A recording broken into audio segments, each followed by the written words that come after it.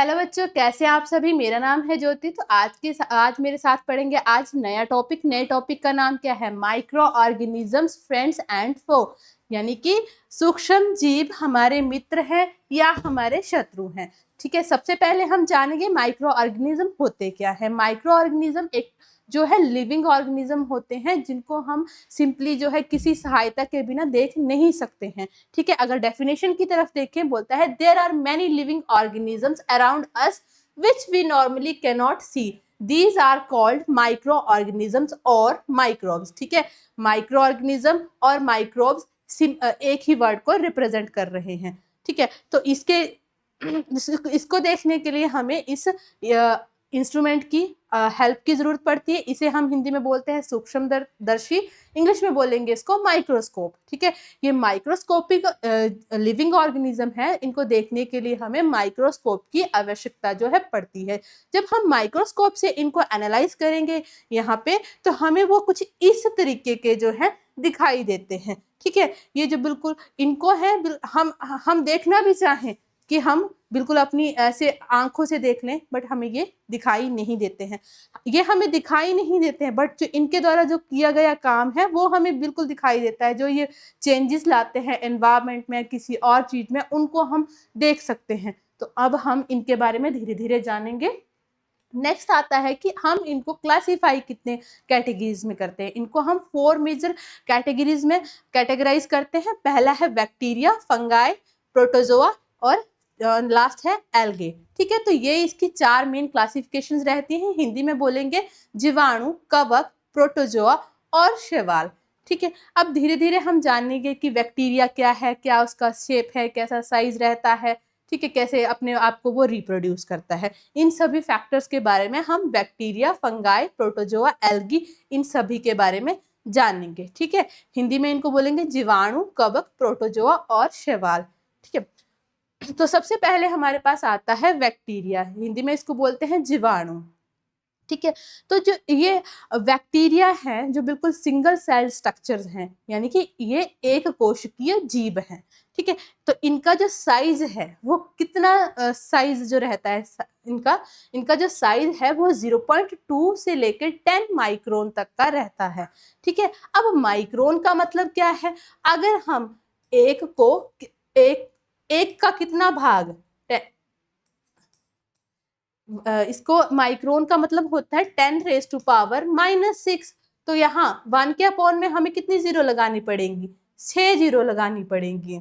ठीक है, तो उतना छोटा जो है इसका साइज होता है। तो उसको तो हम नहीं देख सकते हैं अपनी आंखों से। उसको देखने के लिए हमें किसी हेल्प की जरूरत पड़ेगी, जो हमने पीछे देखा। तो हमें क्या है, एक सूक्ष्मदर्शी, एक माइक्रोस्कोप की हेल्प से ही हम इन बैक्टीरिया को है देख सकते हैं। साइज कहाँ से कहाँ तक का रहा इसका? 0.2 से लेके 10 माइक्रोन के बीच का जो है इसका साइज जो है वेरी करता है। ठीक है, नेक्स्ट जो है इसका शेप, कि इसकी जो शेप कैसी रहती है, इसका आकार कैसा है।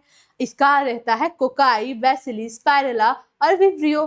ठीक है, ये इसका जो है इसको ध्यान में रखेंगे। ठीक है, कि इसकी जो शेप कैसी कैसी रहती है, कोकाई, वेसिली। ठीक है, और ये ही इसके जो है टाइप्स में आ जाते हैं। जैसे जैसे इसकी शेप है उसी टाइप्स में इसको कैटेगराइज कर देते हैं, कोकाई, बैक्टीरिया, वेसिली, स्पाइरला और विब्रियो। ठीक है, यहाँ हम इमेज में भी देख पा रहे हैं। ठीक है, ये भी क्या है, एक बैक्टीरिया का जो है हमारे पास इमेज यहाँ पे अवेलेबल है। जब हम माइक्रोस्कोपिक लेवल पे जाएंगे तो हमें जो है बैक्टीरिया कुछ इस तरह का जो है दिखाई देगा। नेक्स्ट बात आती है रेस्पिरेशन, कि ये सांस कैसे लेते हैं, क्योंकि इनको हमने लिविंग ऑर्गेनिज्म की कैटेगरी में डाला। ठीक है, जो लिविंग ऑर्गेनिज्म वो तभी कहलाता है जब वो सांस लेता है। क्योंकि हमें बहुत अच्छे से लिविंग और नॉन लिविंग के बीच का डिफरेंस पता है, तो इसको हमने लिविंग की कैटेगरी में डाला, तो इसको रेस्पायर करने की भी जरूरत पड़ेगी। अब ये रेस्पायर कैसे करता है? ये करता है एरोबिक एंड एनारोबिक। अब एरोबिक क्या है? एरोबिक वो बैक्टीरिया होंगे जो O2 यानी कि ऑक्सीजन की प्रेजेंस में सांस लेंगे, और एनारोबिक जो होगा जो O2 की एब्सेंस में सांस लेंगे।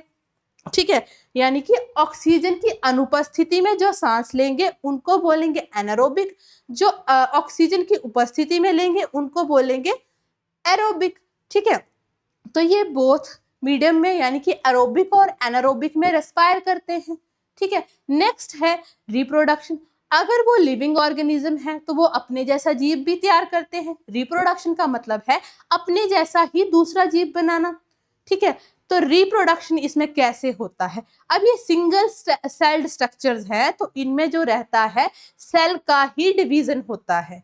ठीक है, सेल डिवीजन यानी कि एसेक्सुअल। ठीक है, उसमें जो है कोई दूसरा पार्टनर इन्वॉल्व नहीं होगा, ये अपने आप को ही दो भागों में विभाजित कर देगा। ठीक है, नेक्स्ट देखते हैं। नेक्स्ट है आपका फंगाई, इसको बोलते हैं कवक। ठीक है, अब कवक का साइज कहां से कहां तक का रहता है? कवक का जो साइज है वो रहता है लेस देन 5 मिलीमीटर। ठीक है, ये बहुत ही छोटा साइज है। ठीक है, जिसको हम अनएडेड आई से नहीं देख सकते हैं। अब आ जाते हैं इसकी शेप के ऊपर। ठीक है, तो इसका शेप जो है like mushrooms and filamentous shape. यहाँ अगर हम इमेज में देखें तो ये रहता है आपका फिलामेंटस शेप और ये जो रहता है क्या है? Mushroom like structure. किस चीज का स्ट्रक्चर रहेगा? कवक का स्ट्रक्चर रहेगा। ठीक है, अब इसका रेस्पिरेशन सिस्टम चेक करते हैं, जो ये कैसे सांस लेता है, इसका श्वसन तंत्र कैसा है? तो ओनली एनारोबिक। ये क्या है? सिर्फ और सिर्फ ऑक्सीजन की अनुपस्थिति में। ठीक है, यानी कि जहां पे ऑक्सीजन नहीं भी होगी तब भी ये क्या है? अपना श्वसन तंत्र बनाए रखेंगे, ये सांस लेते रहेंगे। नेक्स्ट पॉइंट है रिप्रोडक्शन। इसमें जो रहता है बोथ सेक्सुअल एंड एसेक्सुअल। या तो ये अपने सेल का डिवीजन भी कर सकते हैं या दो सेल मिलके नया सेल भी बना सकते हैं। ठीक है, तो इसमें रहा both sexual and asexual. Next देखते हैं प्रोटोजोआ। ठीक है, प्रोटोजोआ क्या है? प्रोटोजोआ भी एक माइक्रो ऑर्गेनिज्म की कैटेगरी का ही हमने पार्ट आगे कैटेगराइज किया था। इसका शेप कहां से कहां तक, इसका साइज जो है वो रहता है 1 to 200 mm।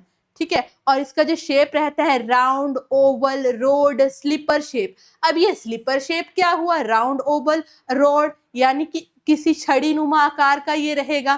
ठीक है, रॉड का मतलब हुआ छड़ी नुमा। अब स्लीपर क्या है? जो हम स्लीपर्स घर में यूज करते हैं उसी टाइप का यहाँ भी हम देख सकते हैं, ये है आपका पैरामीशियम। हिंदी में भी इसको पैरामीशियम ही कहते हैं। ठीक है, तो ये कुछ हमें अपने स्लीपर के जैसा शेप लग रहा है। ठीक है, तो इसकी जो एक शेप आ गई वो किस टाइप की आ गई? Slipper shape. ये इर्रेगुलर शेप, ये इर्रेगुलर शेप का जो क्या है? ये अमीबा है। ठीक है, अब इसका नेक्स्ट पॉइंट जो बोल रहा है कि ये रेस्पिरेशन कैसे करते हैं। ठीक है, इनमें है diffusion through the cell membrane. इनकी जो सेल की आउटर मेम्ब्रेन होती है उसी के थ्रू ही ये रेस्पायर करते हैं। ठीक है, वो डिफ्यूजन प्रोसेस के थ्रू। नेक्स्ट है आपके पास रिप्रोडक्शन, कि ये अपने आप जैसे ये अमीबा है या पैरामीशियम है तो इनसे नया पैरामीशियम और अमीबा कैसे बनेगा? तो यहाँ पे ये क्या करते हैं? इनके यहाँ पे लाई करता है एसेक्सुअल, यानी कि न्यूक्लियस डिवीजन। ठीक है, यहाँ पे जो ये क्या है? न्यूक्लियस। हिंदी में बोलते हैं न्यूक्लियस को केंद्रक। क्या बोलते हैं? केंद्रक। तो ये अपने केंद्रक का ही क्या है? विभाजन करते हैं और नया अपने जैसा नया जीव रिप्रोड्यूस कर देते हैं। ठीक है, नेक्स्ट है एल्गे। हिंदी में बोलेंगे शैवाल। ठीक है, शैवाल जो है, अब शैवाल का बात यह है कि शैवाल कहाँ पे होते हैं? कभी ना कभी आपने जहाँ भी, जैसे आजकल बरसात का मौसम है, जहाँ भी आपको मॉइस्चर दिखेगा वहाँ पे आपको ग्रीन कलर का कुछ जैसे साइड में लगा रहता है, तो उसको हम बोलते हैं एल्गे, उसको बोलते हैं शैवाल। कभी आपने पौंड या पोखर देखे होंगे तो वो बिल्कुल हरे कलर के आपको दिखाई देते हैं, कुछ इस तरह के। या जैसे बहुत जैसे खड्ड वगैरह होते हैं वहाँ पे भी बहुत सारे एरिया में फैले रहते हैं ग्रीन कलर के शैवाल, एल्गे इनको बोलते हैं। तो देखते हैं इनका साइज। देखिए, ये बहुत माइक्रो लेवल से लेके मैक्रो लेवल तक जाते हैं। ठीक है, मैक्रो का मतलब होता है बड़ा। ठीक है, तो इसका जो साइज रहता है 0.2 mm टू लेकर 60 मीटर तक लंबे हो सकते हैं। ठीक है, शेप इसकी रहती है स्फेरिकल, ओवल एंड फिलामेंटस। ठीक है, दिखने में जब ये बहुत सारे छोटे छोटे माइक्रो ऑर्गेनिज्म एक साथ जुड़ जाएंगे तो कुछ इस तरह का जो है ये ग्रीन कलर का शैवाल जो है, एल्गे जो है फॉर्म करते हैं। ठीक है, रेस्पिरेशन जो इसमें कैसे रहता है, इसमें रहता है एरोबिक रेस्पिरेशन। ठीक है, ऑक्सीजन की प्रेजेंस में ये क्या है, अपना खाना बनाते हैं, सेल के लिए केमिकल एनर्जी तैयार करते हैं। ठीक है, उसके थ्रू ही इनका सिस्टम जो है चलता है। नेक्स्ट है रिप्रोडक्शन। तो इसमें भी जो है both sexual and asexual reproduction इसमें रहती है। ठीक है, तो ये था हमारी 4 क्लासिफिकेशंस के बारे में कि जो भी हमारे पास माइक्रो ऑर्गेनिज्म की डिफरेंट डिफरेंट कैटेगरीज हमने पढ़ी थी। ठीक है, अब देखते हैं नेक्स्ट हमारे पास जो आते हैं वो क्या है, वायरसेस। वायरसेस क्या है, ठीक है, क्योंकि वायरसेस भी आपके माइक्रो ऑर्गेनिजम्स में ही आते हैं, बट वो अनदर माइक्रो ऑर्गेनिज्म से डिफरेंट क्यों है। वायरस ऐसी चीज है जिनको हम अपनी आंखों से नहीं देख सकते हैं डायरेक्टली, उनको देखने के लिए भी हमें किसी हेल्प की जरूरत पड़ती है, किसी इंस्ट्रूमेंट की जरूरत पड़ेगी। ठीक है, उसी की हेल्प से हम इसको देख सकते हैं। तो अब इसको हमने माइक्रो ऑर्गेनिज्म जो अदर कैटेगरी थी वहां पे कैटेगराइज क्यों नहीं किया, तो पहले पढ़ लेते हैं कि वायरसेस होते क्या क्या हैं। ठीक है, तो ये भी क्या है, माइक्रोस्कोपिक है। माइक्रोस्कोपी यानी कि इनको भी देखने के लिए हमें सूक्ष्मदर्शी की हेल्प की जरूरत पड़ेगी, but different from other organism. But ये क्या है, जो बाकी ऑर्गेनिजम्स हमने पढ़े माइक्रो ऑर्गेनिज्म, उनसे क्या है, ये बिल्कुल अलग है। ठीक है, और इनका जो रिप्रोडक्शन सिस्टम है वो क्या है, बहुत अलग है। वायरस जो है वो दूसरे होस्ट की बॉडी में, परपोषी की बॉडी में जाकर, वर्ड याद रखेंगे, परपोषी। ठीक है, जो परपोषी है, होस्ट है, उसकी बॉडी में एंटर करेगा। ठीक है, उसके सेल में जाने के बाद ही ये अपने आप को रिप्रोड्यूस करता है, ये एक्सटर्नल एनवायरनमेंट में अपने आप को रिप्रोड्यूस नहीं करता है। ठीक है, ये जो हम कुछ स्ट्रक्चर देख पा रहे हैं ये हैं आपके डिफरेंट डिफरेंट वायरसेस के स्ट्रक्चर।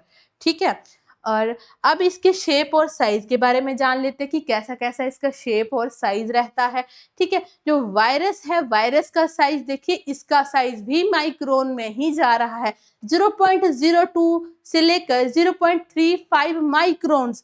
ठीक है, और इसकी जो शेप है वो कैसी है, रॉड और स्फेरिकल शेप इसकी जो शेप रहती है। ठीक है, नेक्स्ट है आपका रेस्पिरेशन, कि जो आपके वायरसेस है वो रेस्पायर कैसे करते हैं। तो ये आपका बहुत ही इंपॉर्टेंट जो आपका मेन टॉपिक है, उसमें सबसे इंपॉर्टेंट बात यह है कि जो वायरसेस होते हैं वो रेस्पायर नहीं करते हैं, वो सांस नहीं लेते हैं। ठीक है, जब हमें, क्योंकि जो हमने माइक्रो ऑर्गेनिज्म को क्या था, लिविंग की कैटेगरी में डाला, तो उसके लिए कंडीशन ये थी कि वो रेस्पायर कर सकते थे। उसमें हमने देखा कि aerobically, anaerobically, chemical energy formation के थ्रू वो क्या कर रहे थे, अपना रेस्पिरेशन कर रहे थे। बट जो वायरस ऐसा ऑर्गेनिज्म है वो रेस्पायर ही नहीं करता है।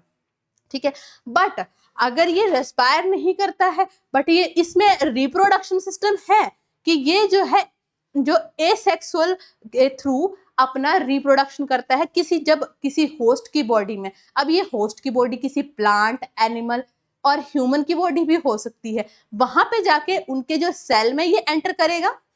सेल में एंटर करने के बाद ही ये अपने आप को फर्दर डिवाइड करता है, अपने आप को मल्टीप्लाई करता है।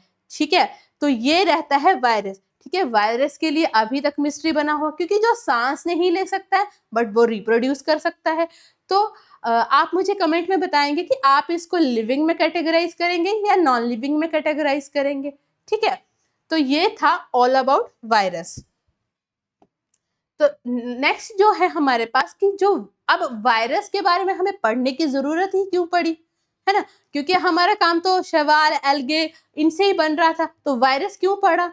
जो वायरस हैं वो बहुत ही क्रूशियल रोल प्ले करते हैं हमारे डेली लाइफ में, क्योंकि उनकी वजह से हमें बहुत सारी बीमारियां जो हैं हो जाती हैं। अब देखते हैं कौन कौन सी जो है कॉमन बीमारियां, कॉमन एलिमेंट्स जो है हमें वायरस से होती हैं। बोलता है common elements like cold, influenza and most of the coughs are caused by viruses. जैसे हमें कभी खांसी, जुकाम, ये सारी चीजें हो जाती हैं, ऐसे बोलते हैं ना वायरल वायरल हो गया या वायरल फीवर चल रहा है, तो वो क्या है, वायरल यानी कि वो वायरस से आया है। ठीक है, कोई वायरस आपकी बॉडी में एंटर कर गया है, तभी आपको वो जुकाम जो खांसी हुई है वो उसी की वजह से हुई है। ठीक है, तो cold, influenza and coughs are caused by viruses. Next है सीरियस डिसीजेज। अब ये क्या थे, कॉमन डिसीजेज थे, ये क्या है, कुछ टाइम बाद अगर आप मेडिसिन ना भी लें तब भी ये ठीक हो जाते, क्योंकि हमारे पास क्या है, इम्यूनिटी सिस्टम है, उसके थ्रू जो है ये थोड़े टाइम में जो है ठीक हो जाती है। नेक्स्ट है आपके पास serious diseases like polio, chicken pox. ये क्या है, ये भी क्या है, वायरस के द्वारा ही फैलाए जाते हैं। ठीक है, अब ये जो अगर पोलियो किसी में एक बार हो जाता है तो उसको हम ठीक नहीं कर सकते हैं। ठीक है, और ये चिकन पॉक्स है, ओवर द टाइम इनमें बहुत सारी एडवांसमेंट हो गई है, इनके लिए बहुत सारी मेडिसिन आ गई हैं, बट पोलियो के लिए तो हमें पोलियो वैक्सीन ही लेनी पड़ती है। अगर पोलियो का वायरस आपके किसी पार्ट को अटैक कर देता है, अगर वहां पे वो पोलियो से ग्रसित हो जाता है वो पार्ट आपका, तो वो ठीक नहीं हो सकता है। तो इसलिए वो क्या हुआ, एक सीरियस डिसीज हुआ जिसको हम क्योर नहीं कर सकते हैं। नेक्स्ट देखते हैं, जो हमने अलग अलग माइक्रो ऑर्गेनिज्म पढ़े थे उनकी वजह से हमें क्या क्या डिसीजेस हो सकते हैं। बोलता है dysentery and malaria are caused by protozoa. ठीक है, तो जो प्रोटोजोआ की कैटेगरी हमने पढ़ी थी, ठीक है, प्रोटोजोआ में क्या क्या आया, आपका पैरामीशियम और एमीबा। ठीक है, तो उनकी वजह से हमें क्या फैलता है, डाइसेंट्री एंड मलेरिया। नेक्स्ट है टाइफाइड एंड ट्यूबरक्लोसिस। ट्यूबरक्लोसिस को जो है शॉर्टली हम टीबी भी बोलते हैं। ठीक है, तो ये जो सारे डिसीजेज हैं वो किस टाइप के डिसीजेज हैं, these are known as bacterial diseases. वो जो है किसी बैक्टीरिया की वजह से, अगर कोई बैक्टीरिया हमारी बॉडी में, हमारे इम्यून सिस्टम में एंटर हो गया है, तो उसकी वजह से हमें टाइफाइड और ट्यूबरक्लोसिस जैसे डिसीजेस हो सकते हैं। ठीक है, तो अगर हम सबसे पहले हम इनके बारे में जानेंगे, फिर बाद में हम इनके प्रिक्योरमेंट के बारे में भी जानेंगे। ठीक है, तो ये था हमारा। अब ये जो है स्ट्रक्चर यहाँ पे बने हुए हैं, ये आपके बैक्टीरिया के अलग अलग स्पाइरल और रॉड शेप के हैं। ये एल्गे के टाइप्स के, एल्गे इस टाइप का भी हो सकता है, ओवल का भी, ये स्पाइरोगायरा जैसा भी हो सकता है, ये पैरामीशियम के टाइप्स हैं। अमीबा एंड पैरामीशियम प्रोटोजोआ के टाइप्स हैं ये, सॉरी, प्रोटोजोआ के अंदर आ रहा है आपके अमीबा और पैरामीशियम। और ये जो है पेंसिलियम, ये जो है ये कैटेगरी है आपके फंगस की। ठीक है, नेक्स्ट जो है कि अब बात आती है कि ये माइक्रो ऑर्गेनिज्म जो है वो रहते कहाँ होंगे। अगर हमने इनको कभी देखा ही नहीं तो ये रहते कहाँ पे हैं, कैसे हमारी बॉडी में एंटर कर जाते हैं। ठीक है, तो इनका जो रहने का है, दे live in all environment like cold, hot. They also found in the bodies of animal including humans. वे ठंडे, गर्म जैसे सभी वातावरणों में रहते हैं। वे मनुष्य सहित जानवरों के शरीर में भी पाए जाते हैं। ठीक है, तो चाहे बहुत ज्यादा गर्मी, बहुत ज्यादा ठंड या बहुत ज्यादा बर्फ ही क्यों नहीं हो, वहां पे भी आपके माइक्रो ऑर्गेनिज्म प्रेजेंट रहेंगे ही रहेंगे। ठीक है, तो अगर उन ऑर्गेनिजम्स को हम माइक्रोस्कोप की हेल्प से अगर वहां पे देखना चाहें तो कुछ इस तरह के हमें वो दिखाई देंगे। ठीक है, आज के लिए इतना ही। जो नेक्स्ट है वो हम पढ़ेंगे नेक्स्ट वीडियो में। Thank you so much. अगर आपको वीडियो अच्छी लगी हो तो लाइक, शेयर, सब्सक्राइब जरूर करें।